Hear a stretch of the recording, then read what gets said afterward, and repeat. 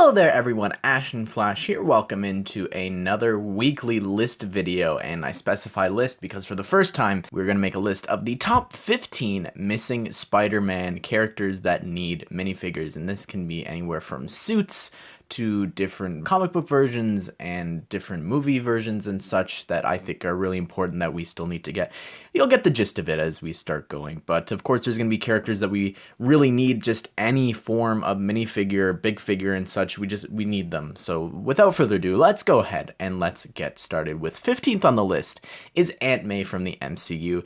And you know, while I was making the list, it was hard to actually decide who would make the list, and I couldn't cram it down to 10, so I was like, what the heck, just bump it up to 15. So anyways, here's Aunt May, and you know, it is pretty disappointing that we haven't gotten her, and I think that she is she's different than, of course, the other Aunt May versions that we've gotten in the past. So I think that it would have been important to get her at some point, but who knows with everything that's happening with Disney and such right now. But anyways, moving on to spot number 14, we have the RHINO in his comic book suit and his onesie of a RHINO suit. I just think that this is such a key and iconic version of the character. We've only gotten the mech version in the past. I really think that we need a big figure of him in his onesie RHINO suit. In 13th spot, we have the Shocker in a comic book version, and I think it's important to get him at some point as well, besides that pretty lame version we got in Homecoming. So it'd be great to get him. I think that he's really iconic and is important to get at some point, and I think that he got a lot of love from the Spider-Man PS4 game, so it'd be good to get him in a minifigure form in a comic book version. It's been a while since we've gotten just like a regular Peter Parker in terms of like not with the shirt open or anything like that. But I think that Gwen Stacy is a really good choice because there's some animated Disney XD Spider-Man film and it actually has Gwen Stacy there, and I think that she'd make a really good minifigure. I think that she would have been a great inclusion for the bridge set. Anyways, in spot number 11, we have the Prowler, and he is a very iconic character, I think, especially now from Spider-Man Into the Spider-Verse, and I think that he would have been a great villain to include in the last wave of Spider-Man sets because those were indirect tie-ins to the movie, so it would have been really cool to get him there.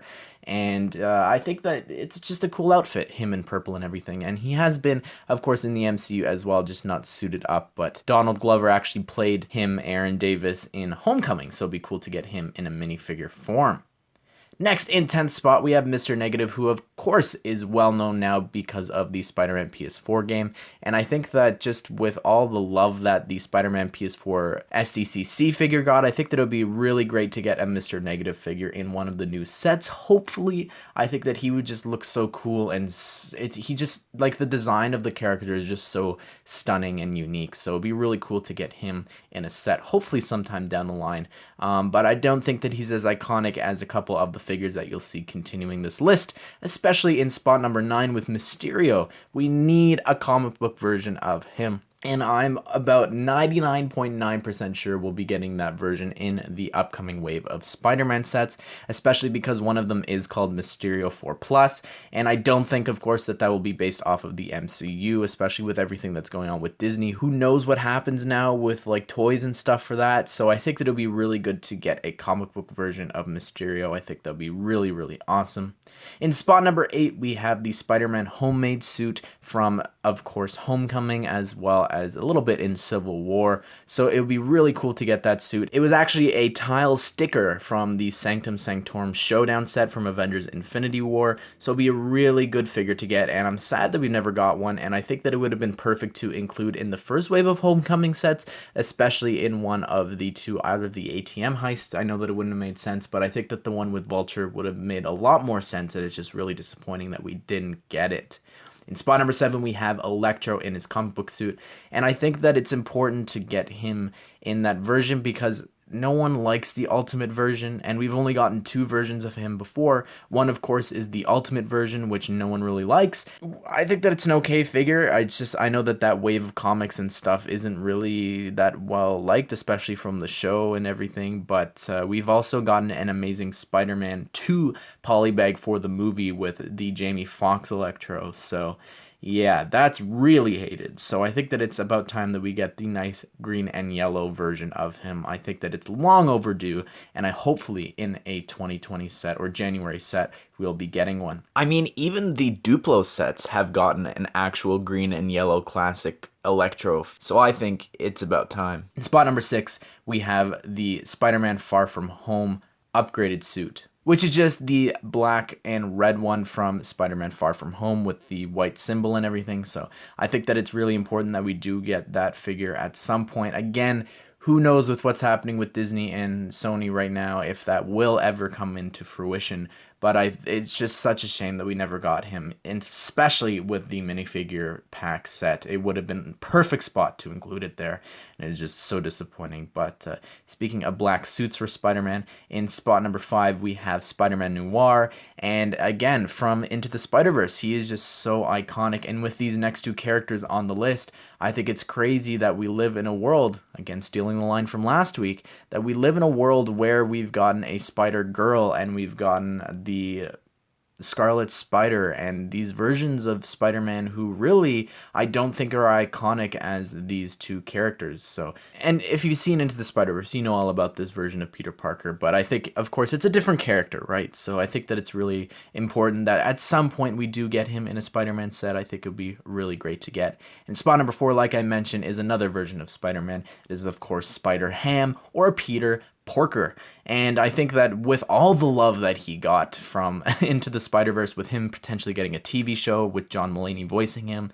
I think that it would just be so great to get him in a set. I think that he's so important and iconic now that he needs to be in a set or something. It's just so important to get him at some point, maybe even in another Avengers set with like Frog Thor or something. It has to happen. I'm adamant about this. It has to happen. Please, Lego.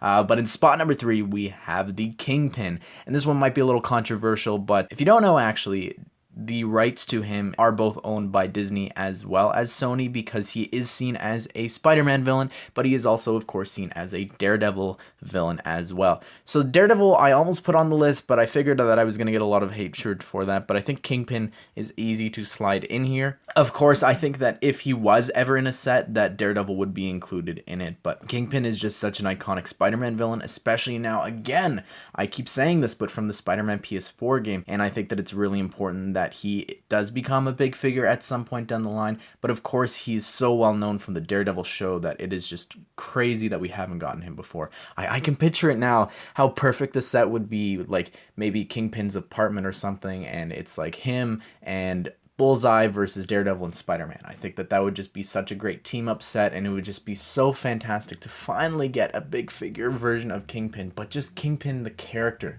I think we really need.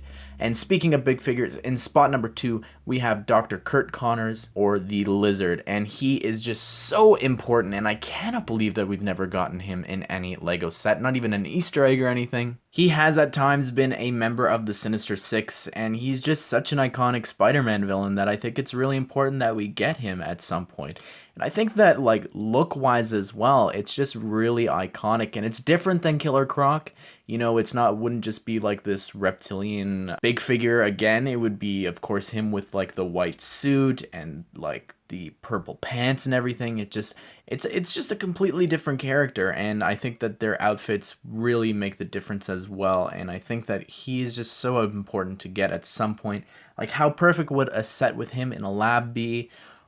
It's just him, and oh my goodness, I'm getting more ideas for sets. Just throw him in an Oscorp lab or something and put Norman Osborn in there in minifigure form, and maybe have a transformation into Green Goblin. I don't know. It's shocking that after all these years of Spider-Man sets now, and that they're actually branching out and doing like what they do with Batman, that we've never gotten a Lizard big figure or anything. I think, again, a Kurt Connors transformation would be really great as well. It's really disappointing in my opinion. And in spot number 1, the reason that this character is actually above the Lizard is because we've never gotten a female Spider-Man villain, which is crazy. And well, she's not really just a villain. She's of course love interest at times and an anti-hero, I guess. But Black Cat is #1 on the list. It is shocking that she's never been in a set. I think that it's more important to have her over a lot of the versions of Spider-Man heroes and stuff, especially looking back at the team-ups and different things. I think that it would have been better to have Black Cat there. Like, I don't know, it doesn't make sense to me that we've never gotten a female Spider-Man villain. There's of course Silver Sable and there's a couple other villains and stuff, but I think that I can't believe that we've never gotten Black Cat before. She would just be so great for a little mini set, you know, same with like Catwoman, just have her robbing a little bank or something. It's just, I don't get how she hasn't been in a set. She's perfect for one. But that wraps up the list, guys, and it's the first one that we've ever done 15, so I've tried my best to keep it moving really fast because there's not too much to say. I think some of these are really self-explanatory, but anyways, everyone, what do you think of this list? Special shout out to everyone who I asked to actually help out and give their opinions. I went to some experts of Marvel to actually ask them their opinions to help formulate a list, and then I sat down one day on stream and I was like, look, I need your help, guys. And Twitch chat really helped me out. So if you want to help out on future videos and such, check out Ashnflash Games on twitch.tv. And anyways, again, thank you to everyone who helped put together this list. And I hope that you guys did enjoy the video. And I hope that you all have a great day. I will see you all in the next one.